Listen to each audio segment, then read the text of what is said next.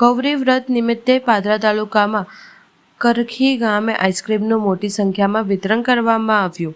આજ રોજ કરખી ગામે ગૌરી વ્રત નિમિત્તે ફ્રી આઈસ્ક્રીમ વિતરણ કરવામાં આવ્યું। કરખી ગામની તમામ કુંવારિકા માતા બહેનોને શાળાઓના વિદ્યાલય પાસે રાખવામાં આવેલ હેલિસાબેન ધ્રુવલભાઈ પટેલ તેમજ સંજયભાઈ શાંતિલાલ પટેલ, નીતિભાઈ શાંતિલાલ પટેલના સહયોગથી આ વિતરણ કરવામાં આવ્યું। આજે ગૌરી વ્રતના 5મા દિવસે કરખડી ગામના તમામ સમગ્ર કુંવારિકાઓ તથા સમગ્ર બહેનોને હેલિસાબેન ધ્રુવલકુમાર પટેલ તથા માજી સભ્ય સંજયભાઈ શાંતિલાલ અને નીતિનભાઈ શાંતિલાલ તરફથી અહીંયા આઈસ્ક્રીમનું વિતરણ રાખવામાં આવેલ છે।